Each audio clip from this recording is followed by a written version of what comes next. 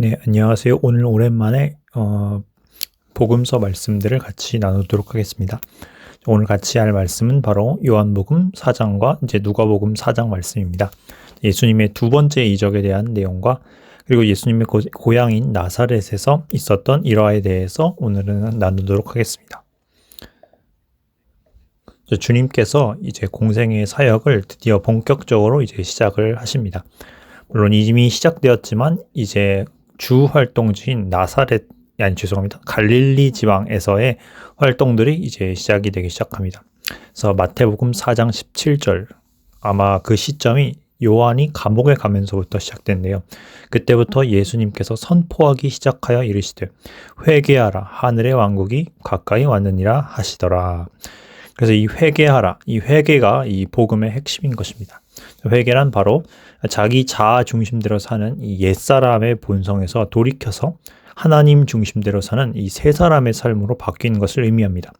그런데 우리 인간이 해야 할 이 책무는 바로 회개인데, 이 하나님 차원에서는 이 인간의 변화가 바로 거듭나게 하시는 성령의 역사에 의해서 이루어집니다. 그래서 성령께서 역사하시면 인간의 주도적인 차원에서는 이 회개라는 행동이 나오는 거죠. 그래서 하나님이 하신 일은 거듭나게 하신 일이고, 우리가 해야 될 일은 이제 회개하는 것입니다. 그리고 그 이유가 바로 하늘의 왕국이 가까이 왔기 때문이라고 주님께서 선포하십니다. 자, 이 하늘의 왕국은 좀 개념을 정확하게 알 필요가 있습니다. 하나님의 왕국이란 굉장히 큰 개념입니다. 하나님이 주권과 통치가 이르는 모든 영역이 사실 하나님의 왕국이죠. 근데 그 하나님의 왕국 안에서 좀 하우 개념으로 포함되는 개념이 바로 하늘의 왕국이라는 좀 더 좁은 개념인데, 이 하늘의 왕국이란 하늘에서부터 임하여서 땅에 임하는 왕국이라고 할 수 있습니다. 그래서 엄밀한 의미에서 이 하늘의 왕국은 바로 우리가 흔히 천년왕국이라고 말하는 지상에서 주님이 직접 다스리시는 때를 말합니다. 근데 그 하늘의 왕국에 이르기 위한 이제 준비 단계가 있긴 있습니다. 그게 바로 이제 신약 시대, 교회 시대 때 하나님께서 이 땅에 하늘의 왕국을 이제 숨겨두신 형태로 이제 우리 안에 이제 심어두십니다. 근데 이제 그게 드러나고 본격적으로 가시화되는 건 이제 바로 주님이 재림 때 이제 완성이 되는 것이죠.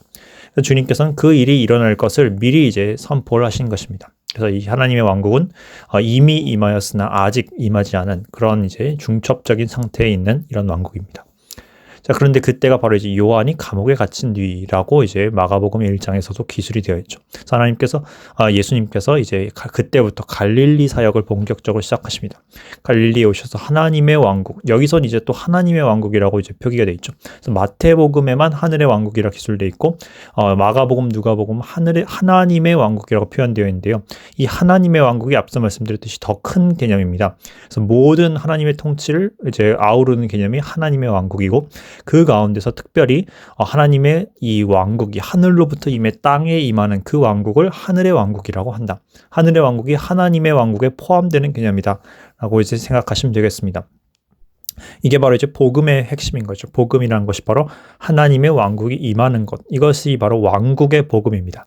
그리고 이제 왕국에 초점을 맞춘 것을 왕국의 복음이라고 하고, 이제 은혜의 복음은 십자가를 통해 우리가 죄에 대해서 그 형벌로부터 용서를 받게 되는 것, 그것을 이제 은혜의 복음이라 합니다. 그래서 어떤 분들은 하늘의 왕국의 복음과 은혜의 복음은 다른 것이다 이렇게 구분하시는 분들도 있는데, 그렇지는 않습니다. 이건 너무 과도한 세대주의고요.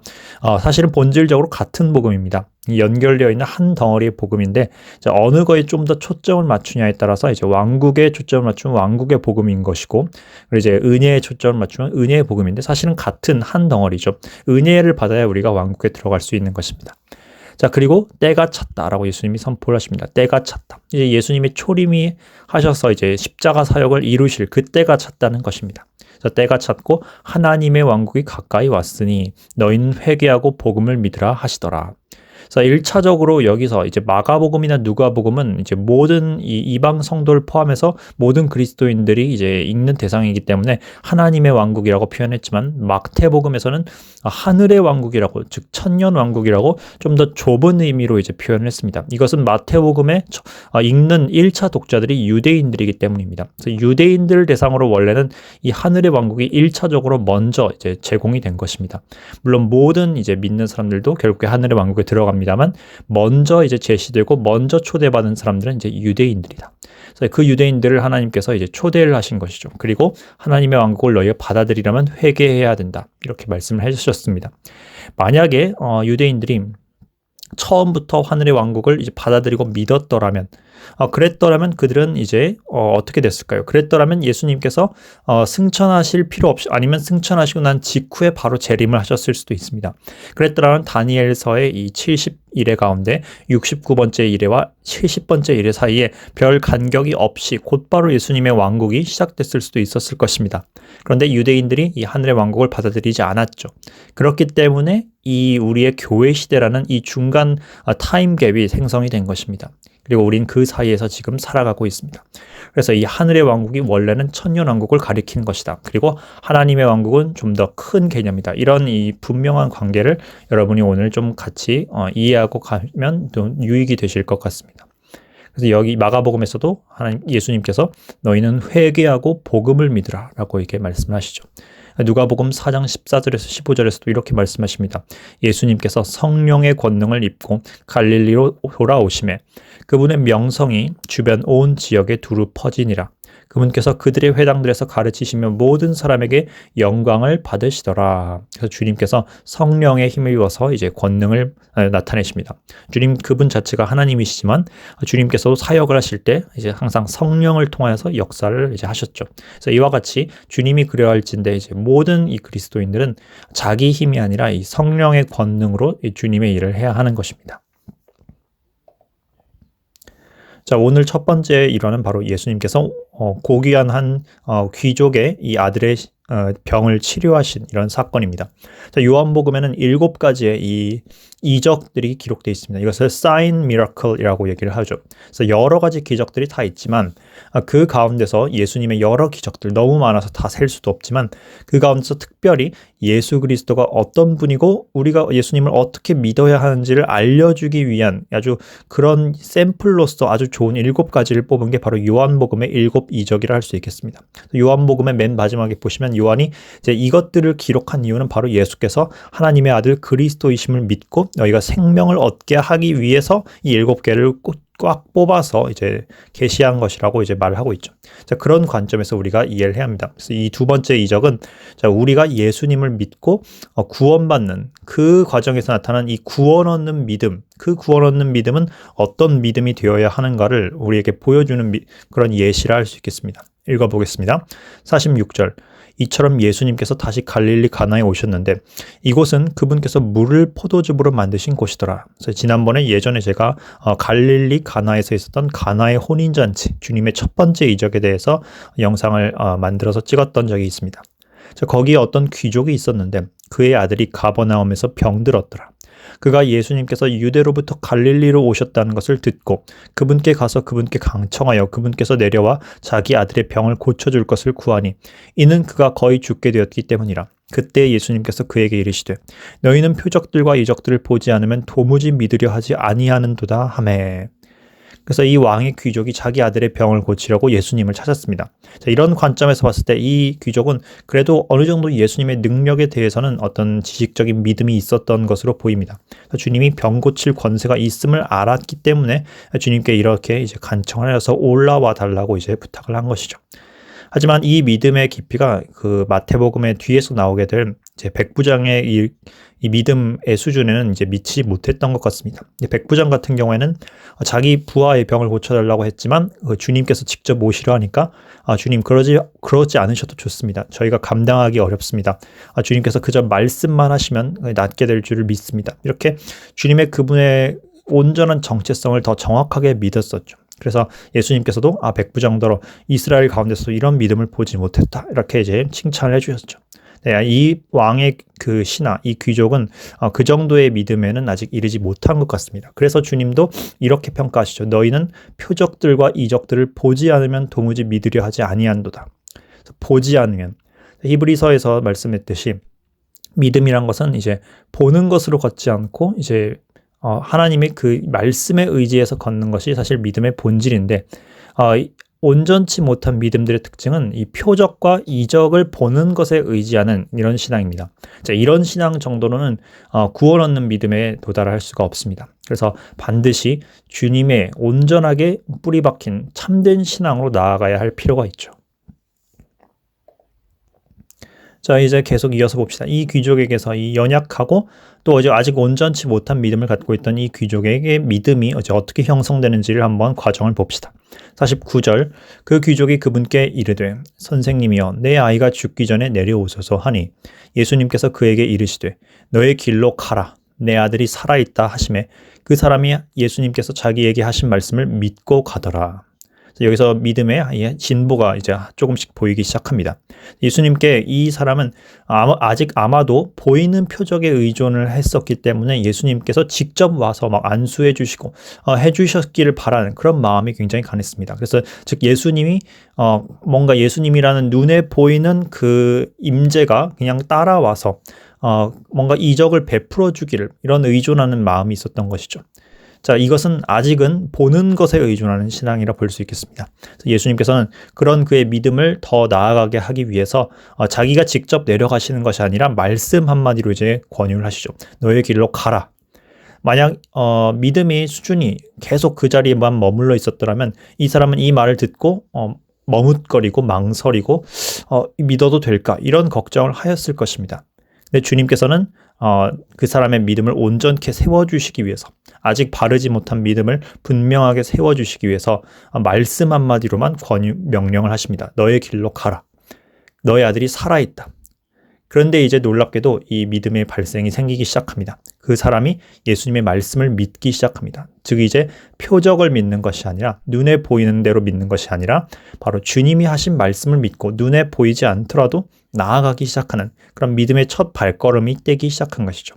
그래서 이제 그 사람이 주님 말씀을 믿고 갔더니 이런 일이 벌어집니다. 51절 이제 그가 내려갈 때 그의 종들이 그를 만나 그에게 고하여 이르기를 당신의 아들이 살아있나이다 하거늘 그때 그가 아들이 낫기 시작한 시각을 그들에게 물은즉 그들이 그에게 말하되 어제 7시에 열병이 그에게서 떠났나이다 하매 이에 그의 아버지가 그때가 바로 예수님께서 자기에게 내 아들이 살아있다 하고 말씀하신 그 시각인 줄을 알고 그와 그의 온 집안이 믿으니라. 이것은 또한 예수님께서 유대에서 갈릴리로 오신 뒤에 행하신 두 번째 기적이니라. 그래서 믿음이 이제 한 번 더 진일보하는 과정을 이제 보여주십니다. 주님께서 이와 같이 병뿐만 아니라 이 모든 것을 통제하실 수 있고 시공간을 넘어서 주권을 행사하실 수 있는 이런 분임을 이 사람이 이제 온전히 깨닫고 체험으로 이제 온전히 깨닫고 믿게 되고 그와 더불어 이제 온 집안까지 같이 믿는 이러한 믿음의 이제 변화가 나타나기 시작합니다. 자, 이와 같이 표적과 이런 눈에 보이는 것에 의존하는 신앙을 넘어서 예수 그리스도께서 말씀하시는 그것을 그대로 의지하고 믿는 신앙으로 나아가야 우리가 이 하나님이 어떤 분인지를 이제 더욱더 깊이 깨닫고 그분을 의지하게 되는 것입니다. 그래서 참된 믿음이란 어떤 믿음인가에 대해서 좀 더 정리를 해보겠습니다. 그래서 우리가 구원 얻는 믿음에 이르려면 참된 믿음이 필요합니다. 오해해서는 안 되는 것이 우리는 구원을 하나님의 은혜의 근거에서 그리고 예수 그리스도를 통해서만 받습니다. 우리가 믿는 그 믿음의 행위가 근거가 되는 것은 아닙니다. 우리 공로가 될 수가 없죠. 그래서 믿음 때문에 우리가 공로로서 받는 것이 아니라 하나님의 전적인 은혜에만 100% 의존해서 우리가 자격 없는데 구원을 받는 것인데 그 구원이 우리한테 들어오는 과정은 바로 믿음이라는 통로를 이용하는 것이라 볼 수 있겠습니다. 즉 믿음이라는 것 자체가 우리의 공로가 아니라 단지 구원이 우리한테 들어오는 통로에 불과하다. 그런데 그 통로가 중에서도 참된 믿음만이 구원이 들어온 통로가 되죠. 바로 이 참된 믿음이 무엇인지를 저희가 정리해 봤으면 합니다. 표적에만 의존하는 신앙은 이 참된 믿음이 아닙니다. 그리고 말씀, 하나님의 말씀 그 자체에 기초를 둔 신앙이어야 참된 믿음이라 할 수 있습니다. 또한 하나님의 능력만을 믿는 신앙, 하나님이 병 고쳐줄 수 있는 이런 능력을 가지신 분 당연히 맞지만 그것만을 믿는 신앙으로는 이제 구원 얻는 믿음이 될 수 없죠. 우리가 진정 구원 얻는 믿음이 되려면 하나님 그분 자체를 신뢰하는 신앙이 되어야 합니다. 그래서 그분이 그리 아니하실지라도 그분은 선하시고 그리고 우리의 이제 구원자 되실 수 있음을 이렇게 믿고 의지할 때 하나님이 구원자가 되어 주시는 것입니다. 그리고 우리가 어떤 2차적인 다른 무언가를 얻기 위해서 사용하는 수단으로서의 신앙은 참된 믿음이라 할 수 없습니다. 단지 하나님이 하나님 되시고 그분이 온전하시고 완전하시고 아름다우시고 그리고 보배 되시는 이것에 우리가 기초한 신앙, 하나님의 속성에 기초한 신앙이어야 참된 믿음이라 할 수 있습니다.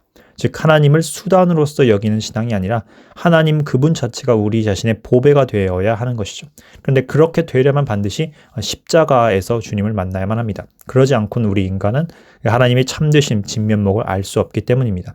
그래서 구원 얻는 믿음이란 어떤 것인지를 이 일화를 통해 정리해 보았으면 하고, 요한 사도도 이것을 통해서 우리가 예수 그리스도가 하나님의 아들이시고 우리의 구원자 되심을 믿는다는 것이 무엇인지 좀 더 분명하게 알려준 것 같습니다. 자, 이제 오늘 두 번째 일화입니다. 이것까지 말씀드리면 이제 시간이 마칠 것 같네요. 나사렛 회당에서 있었던 소동입니다. 누가복음 4장 말씀. 자, 이제 예수님께서 갈릴리 여러 지역 중에서 자신이 태어나신 고향인 이 나사렛에서 이제 말씀을 선포하시기 시작합니다. 16절, 그분께서 자기가 자라난 나사렛에 가사 늘 하시던 대로 안식일에 회당에 들어가 읽으려 서시니, 섬기는 자가 대언자 이사야의 책을 그분께 넘겨드리거늘 그분께서 그 책을 펴서 이렇게 기록된 데를 찾으시니라. 일러스되, 주의 영께서 내게 임하셨으니 이는 그분께서 내게 기름을 부으사 가난한 자들에게 복음을 선포하게 하셨기 때문이라. 그분께서 나를 보내신 것은 마음 상한 자를 고치며 포로된 자들에게 구출을, 눈먼 자들에게 다시 보게 함을 선포하고 상처 입은 자들을 자유하게 하며 주의 받아주시는 해를 선포하게 하려 하심이라 하였더라. 자, 우리는 이 말씀이 바로 이사야서 61장 말씀인데 뒤에서 이제 또 구약 원문을 같이 볼 것입니다. 자, 그런데 이 말씀 가운데서 우리가 깊은 묵상으로 예수님께서 어떤 분이시고 어떤 일을 하러 오셨는지를 우리가 나누고 이해하고 그리고 깨닫는 시간이 되었으면 합니다.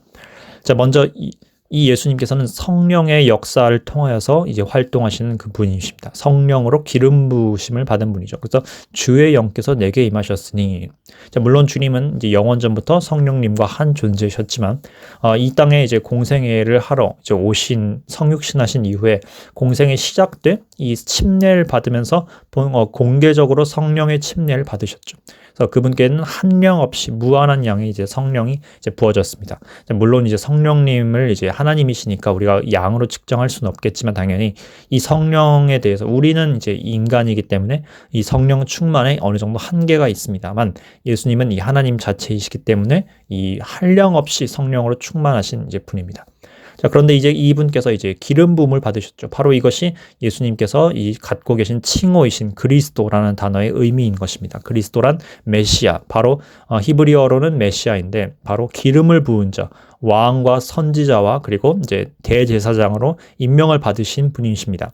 그분, 이 왕이자 대제사장이자 이제 선지자이신 이 하나님이자 인간이신 예수님께서 하시는 일이 몇 가지 있습니다. 그것은 바로 첫째, 가난한 자들에게 복음을 선포하게 하시는 것입니다. 자, 이 가난함은 바로 이 마태복음 산상수훈의 말씀에 기록된 바로 심령이 가난한 자를 의미합니다. 심령이 가난하다. 그것은 바로 자기 자신의 영혼이 영적으로 파산에 이른, 주님 없이는 멸망당할 수밖에 없는 불쌍한 죄인의 처지라는 것을 뼈저리게 알고 그리고 통회하는 자들을 바로 심령이 가난한 자라고 합니다. 반면에 자의 의로 충만한 자는 바로 전혀 심령이 가난하지 않은 것이죠. 자, 이런 심령이 가난한 자들이 바로 복음을 들을 수 있는 대상인 것입니다. 이 복음, 왕국의 복음이자 동시에 은혜의 복음인 이 복음의 시초가 바로 예수님이십니다. 예수님 그분 자신이 복음을 선포하시기도 했지만 사실 예수님 그분 자체가 곧 복음이시기도 하죠. 복음의 본체이시죠. 그래서 그분이 이 복음을 완성하시고 이루시기 위해서 이 땅에 오셨습니다. 그분께서 하시는 일들을 이제 구체적으로 이와 같이 묘사를 하고 있습니다. 여기 있는 것들은 문자적인 측면과 그리고 영적인 측면 모두가 포함되어 있습니다. 첫 번째는 주님은 마음이 상한 자들을 고치시는 분입니다. 자, 이 마음의 상함을 고치시는 분, 그것은 바로 우리 안에 있는 죄로 인해 망가져 있는 마음을 고쳐주신 것입니다. 이것은 단순히 심리학적인 차원에서의 고침에 국한되지 않습니다. 주님은 더 깊은 곳, 바로 영혼, 바로 우리의 훼손된 영을 하나님과 다시 연결시켜 주시고 회복시켜서 인간이 이 하나님의 형상대로 창조되었으나 파괴되었던 것을 다시 하나님의 형상대로 고치시기 위해서 이 땅에 오신 것이죠. 그리 이를 위해서 십자가를 짊어지셨습니다. 그리고 두 번째는 바로 포로된 자에게 구출을 베푸시는 바로 구출자, 감옥에서 풀어주시는 분이 바로 예수님이십니다. 자, 예수님께서는 우리를 모든 종류의 감옥에서 풀어주시는 그런 분입니다. 먼저는 영적인 감옥에서 풀어주시죠. 바로 우리 죄, 우리의 이 욕심과 자아와 그리고 하나님을 대적하는 이 죄성의 본능이 갇혀 있었는데 예수님은 그걸 깨뜨리시고 우리를 죄의 형벌과 그리고 죄의 영향력과 그 힘에서 꺼내주셔서 이제는 하나님을 의로운 마음으로 섬길 수 있도록 모든 사람들을 변화시켜주는, 그분을 믿는 사람들을 변화시켜주시는 그런 분이십니다. 이것이 바로 영적인 감옥에서의 탈출이죠. 뿐만 아니라 이 영적인 타락에 의해서 우리 인간 세계에 들어온 모든 종류의 악한 것들, 이를테면 이제 육신적인 병에 의한 고통들, 그리고 우리의 억압, 사회 시스템의 왜곡, 이 모든 것이 다 이제 이 죄에서 파생되어 나온 결과물인데, 이것들 또한 주님께서 때가 되었을 때, 주님이 다시 오실 때 완벽하게 이제 해결해 주시고 우리를 해방시켜 주십니다. 그래서 여러분께서 무언가에 눌려 있거나 이제 갇혀 있거나 이랬을 때 예수님께서 여러분을 이제 풀어 주실 수 있는 분임을 기억을 해야 합니다. 여러분을 지금 짓누르고 있는 것이 삶의 고통이냐, 아니면 마음의 상처, 혹은 마음의 여러 가지 죄의 습관들, 혹은 여러 가지 중독들, 이 모든 것들이 우리를 올가매는 이 사슬이죠. 이 모든 것을 끊을 수 있으신 분이 바로 예수님 한 분뿐이십니다. 그래서 우리가 그것을 의지해야 합니다. 가장 궁극적이게는 아직 예수님을 믿지 않는 분들은 이 하나님을 대적하는 죄의 이 사슬로부터 풀어줄 수 있는 이분이 바로 예수님이시고, 예수님께서 우리를 죄와 죄의 형벌인 이 영원한 사망에서 건져주실 수 있는 분임을 기억을 해야 합니다. 그리고 그분을 이제 받아들이고 그분께 청하여서 이 구출을 받아야 합니다. 자, 그리고 그분은 또 다른 차원에서는 눈먼 자를 다시 보게 해주시는 분입니다. 바로 눈 뜨게 해주시는 분이죠. 그래서 이 눈 뜨게 해주신 것의 가장 중요한 부분이 바로 이 영적인 눈먼 상태를 고쳐주신 것입니다. 그래서 우리가 인간이 어둠 가운데 거하면서 우리가 멸망하는 줄도 모르고 있는 그런 상태로 태어났죠. 그래서 그렇게 살면서 하나님을 대적하다가 세상 것이 전부이라고 생각하다가 멸망하는 길로 가는데, 하나님께서 예수님을 보내서 우리의 이 눈먼 눈을 띄워주셔서 그제서야 우리는 우리가 지금 추구하는 게 얼마나 어리석고 악한 것인가를 깨닫게 됩니다. 그리고 하나님이 얼마나 귀하고 아름다운 분이고 우리가 얼마나 앙망해야 될 분이 하나님이시라는 것을 이제 깨닫게 되고 그분을 찾게 되게 되는 거죠. 그 시작이 바로 눈먼 자를 눈뜨게 해주시는 예수님의 사역이다.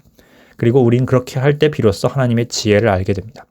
그리고 물론 이제 육체적인 눈도 주님께서 이제 많이 띄워주셨습니다. 그리고 맨 마지막 날에 모든 이들의 이 눈을 이제 영과 혼의 눈을 모두 다 온전케 해주십니다.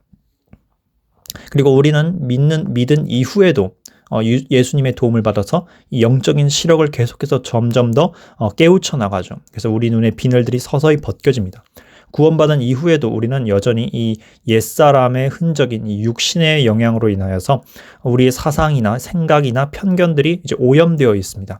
그런데 이 오염들을 하나씩 걷어주시고 우리 안에 있는 주를 대적하는 이 어리석은 생각과 사상과 이념들을 깨뜨리시고 주의 지혜들을 깨닫게 매일매일 일깨워 주신 분도 바로 주님이십니다. 그래서 우리의 눈도 띄우실 뿐만 아니라 이 눈을 이제 안약을 발라서 그 시각을 점점 더 선명하게 해주시는 분이 주님이십니다.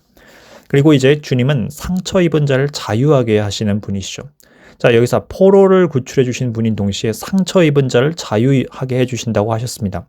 자, 포로되었다는 것은 사슬에 묶여 있는 상태를 말합니다. 그리고 상처 입었다는 것은 움직일 수 없도록, 이제 활동할 수 없도록 이제 다친 상태를 의미합니다. 비유하자면 이것은 포로, 즉 죄의 포로가 되어 있어서 죄를 지을 수밖에 없었던 상태. 그리고 상처 입은 상태를 하면 우리가 의를 행할 수 없도록 이 몸이 다쳐서 장애가 되어서 의를 행하고 싶으나 의를 행할 수가 없는 상태를 의미합니다. 근데 주님은 이 두 가지를 모두 치유해 주십니다. 먼저 사슬을 끊어서 죄에 묶이지 않고 죄를 행하지 않도록 우리가 자유함을 얻게 만들어 주십니다.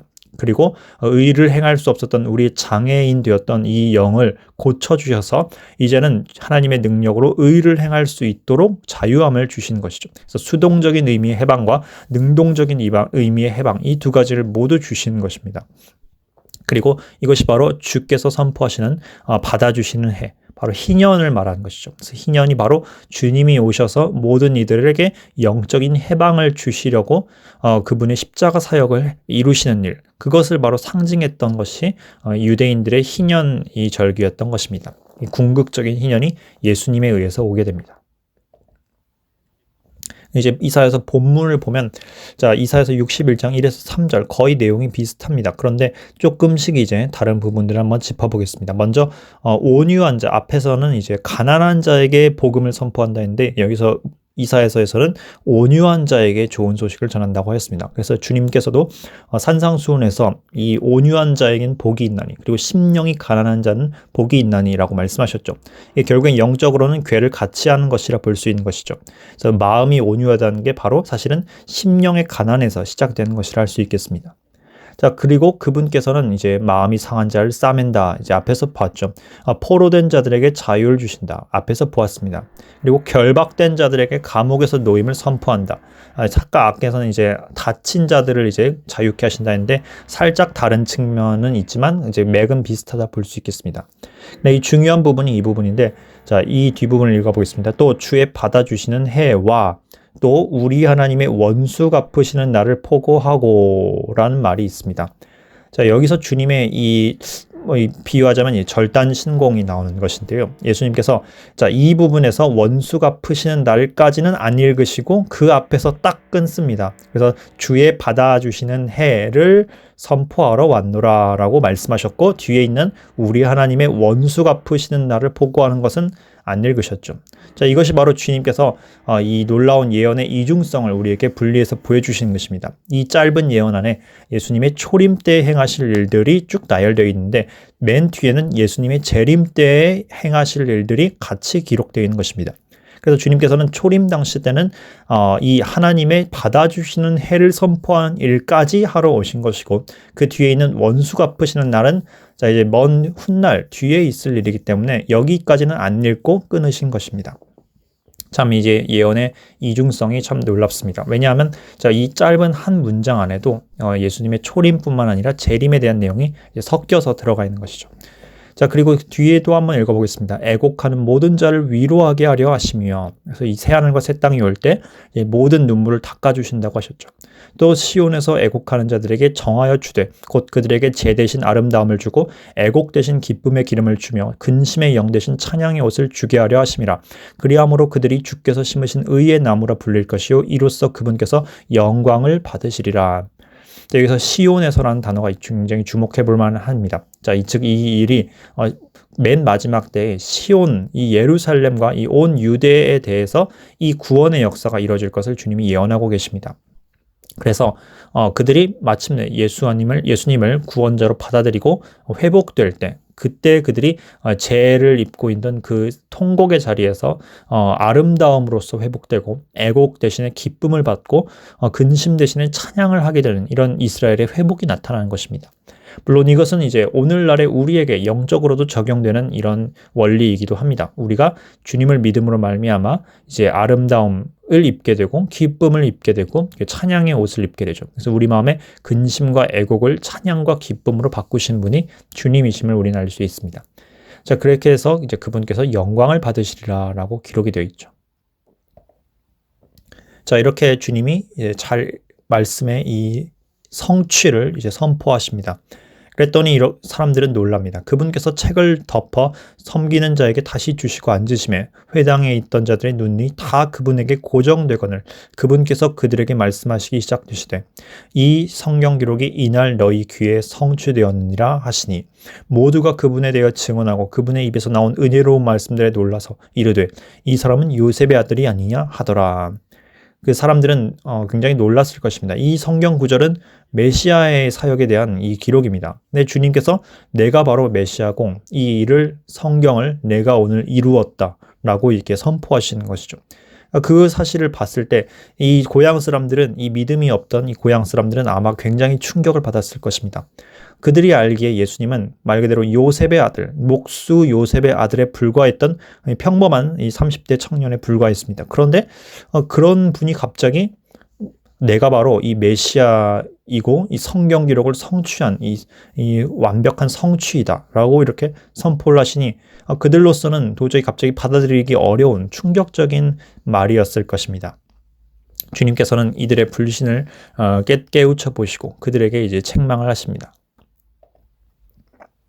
23절 그분께서 그들에게 이르시되 너희가 분명히 의사여 너 자신을 고치라. 말하자면 이 비유는 너나 이제 잘해라 라는 이런 표현으로도 이제 말할 수 있겠습니다. 의사여 너 자신을 고치라 한 이 격언을 내게 말하며 우리가 들은 바 내가 가버나움에서 행한 모든 일을 여기 너희 고향에서도 행하라 하리라 하시고, 주님께서는 이들이 앞서 이 첫 번째 이 두 번 일화에서 제가 말씀드렸던 표정만 보고 믿는 그런 불완전한 신앙 수준에 머물러 있다는 사실을 알고 계셨습니다. 그래서 그들이 예수님의 이 말을 온전히 말씀을 믿지 못하고 아니 당신이 정말로 메시아면 그토록 그 소문으로 이 자자하게 났었던 그 놀라운 이적 행하는 능력 이걸 한번 우리한테 보여보시오. 그럼 우리가 믿겠소. 이와 같은 이런 불신앙의 태도를 보일 것을 알고 계셨던 것입니다. 그리고 마치 이 십자가에 주님께서 달리셨을 때 이 사람들이 너 자신이나 한번 구원해 보아라 이런 잘못된 태도를 주님께 말했던 것처럼 이 사람들도 주님의 이 구원자로서의 이 자질에 대해서 의심할 것을 알고 계셨습니다. 그래서 주님께서는 이와 같이 대답을 하시죠. 24절 또 이르시되 진실로 내가 너희에게 이르노니 어떤 대언자도 자기 고향에서는 인정받지 못하느니라. 자, 이와 같이 구약시대 때도 대언자들은 항상 사역을 할 때 물론 많이 비난받았지만 특별히 자기 고향에서는 전혀 아무런 이런 호응과 반응과 그리고 순종의 태도를 전혀 보지 못했습니다. 대표적인 예가 바로 아나돗 사람들에게 이제 핍박을 받았던 이제 예레미야가 되겠죠. 그래서 이와 같이 선지자들은 자기 고향에서는 이제 인정을 잘 받지 못합니다. 아무래도 선지자들과 같이 나고 자랐었던 그런 고향 사람들이기 때문에 그의 인간적인 모습을 이제 많이 알고 있었겠죠. 그래서 그가 그냥 평범한 인간이라고 이제 인식을 하는 그런 고정관념에 굳기가 쉬울 것이라고 생각이 됩니다.